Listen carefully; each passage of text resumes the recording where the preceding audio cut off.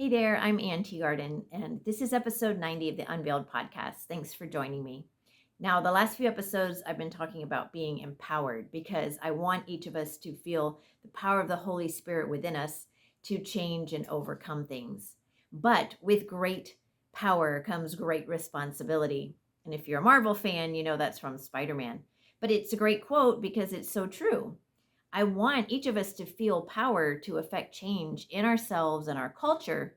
But the flip side of that coin is using the power wisely. Now, I've always loved the Book of Esther in the Bible. It's one of my favorites. And the other day, I heard the Lord asking me to read the entire book. So I did. It's only 10 chapters. And I wanted to share with you some of the things that God highlighted to me as I read it. Now, the story starts with King Xerxes having been celebrating for 6 months his own greatness.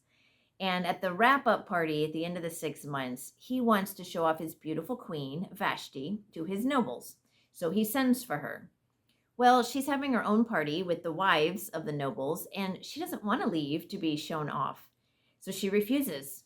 And this enrages the king, who calls in his wise men and says, "What should I do about this?" Well, they recommend he never see her again and take away her title as queen. They also recommend he look for a new queen. So that's what he does. Now, there are several ways that we could look at Vashti's actions. And at first, we may cheer her on. "You go, girl. Don't let that man push you around and let men gawk at you. Put him in his place. I don't care if he is king." And I do see that point.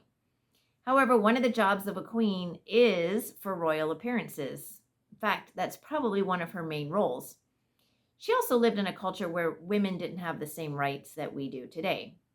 Still, we'd like to think that she made a good choice. But here's what God showed me. Vashti chose to demand her own way, a decision that cost her everything. She lost any power or influence that she might have had with the king or her culture. So, why did she do it? Well, I don't think we know for sure. She may have been intoxicated. She may have not wanted to look bad in front of her friends. Most likely, she probably just didn't feel like it and felt pretty brave with all those women around her. Maybe she was trying to change her culture. I doubt it, but we don't know. But ultimately, it was a decision to get her way in the moment without any thought about the longer term consequences of what could happen. And she lost all her power. She probably didn't see that coming. Now let's contrast her with Esther. King Xerxes sent men to find him a new queen, and Esther was one of the women brought to the palace. And all those at the palace favored Esther. When the king met her, he chose her as queen. So what was it that he immediately saw in her? I don't know, but I think it was her humility and gentleness. She was a Jew and had been raised in the knowledge of God. However, she didn't tell anyone in the palace that she was a Jew. She had been informed by her uncle not to do that. Now, we know she had great character based on the fact that so many of the Persians loved her, but also there's a story about when she went into the king, she could take anything she wanted from the royal treasury.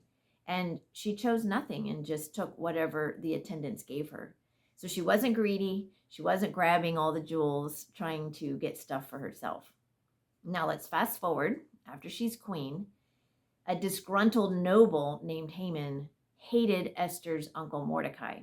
So he talked the king into an edict to kill all the Jews on a certain day in the future. Now, Mordecai and the Jews, when they found out about it, they were distraught. And Mordecai sent word to Esther, "You've got to save your people." Well, she let him know, "Mordecai, if I go to the king without being called, I could be killed." And then Mordecai told her these famous words, "Do not think that because you are in the king's house, you alone of all the Jews will escape. For if you remain silent at this time, relief and deliverance for the Jews will arise from another place, but you and your father's family will perish. And who knows but that you have come to your royal position for such a time as this." Now, the first point about power, it may be ours for a season, for a specific purpose. Where has God positioned us, and how does he want to partner with us? Okay, Will we be brave when the time comes? The next thing I notice about Esther is she doesn't just rush right over to the king and demand her way. She takes time to make a plan. And I'm guessing she prayed about it. She asks Mordecai to get the Jews in the city to fast and pray for her for 3 days. Very smart. Appeal to heaven for mercy with the king before going to him. And when she does approach him, she does not immediately make her request. Instead, she invites him and Haman to a banquet in her rooms. And they come and have the banquet, and then she invites them to another banquet the following day. Why? Well, I don't know for sure why. Maybe she needed time to gain courage, or her mother may have told her what mine told me: the way to a man's heart is through his stomach. Who knows? But what I do know is that Esther took her power and position seriously. She didn't want to beg for selfish reasons. She wanted to choose the right time and place to make her request. She used a lot of wisdom. And when she does make the request, she is very humble about it. When King Xerxes asks her what she wants, this is her reply: "If I have found favor with you, your majesty, and if it pleases you, grant me my life. This is my petition, and spare my people. This is my request. For I and my people have been sold to be destroyed, killed, and annihilated. If we had merely been sold as male and female slaves, I would have kept quiet, because no such distress would justify disturbing the king." Now, the king had offered her up to half his kingdom, but she only requested her life and the life of the Jews. She had no greedy motives. She didn't even ask for the king to kill Haman, though he did. I think the king was more favorable to her request because he already respected her. And I believe it was her humility to rely on God for wisdom that prevailed. With great power comes great responsibility. Esther had the responsibility to risk her life to save her people, but she also had the responsibility of doing it wisely and with humility. So how does this apply to us? Well, I don't know. I think girl power seems to be the thing these days. And obviously, I'm all for women having power and rights. That's why I did a whole series on empowerment. However, I think we should always use that power with humility and wisdom. How many times do we exercise our rights only to end up hurting others and maybe even thwarting God's purposes?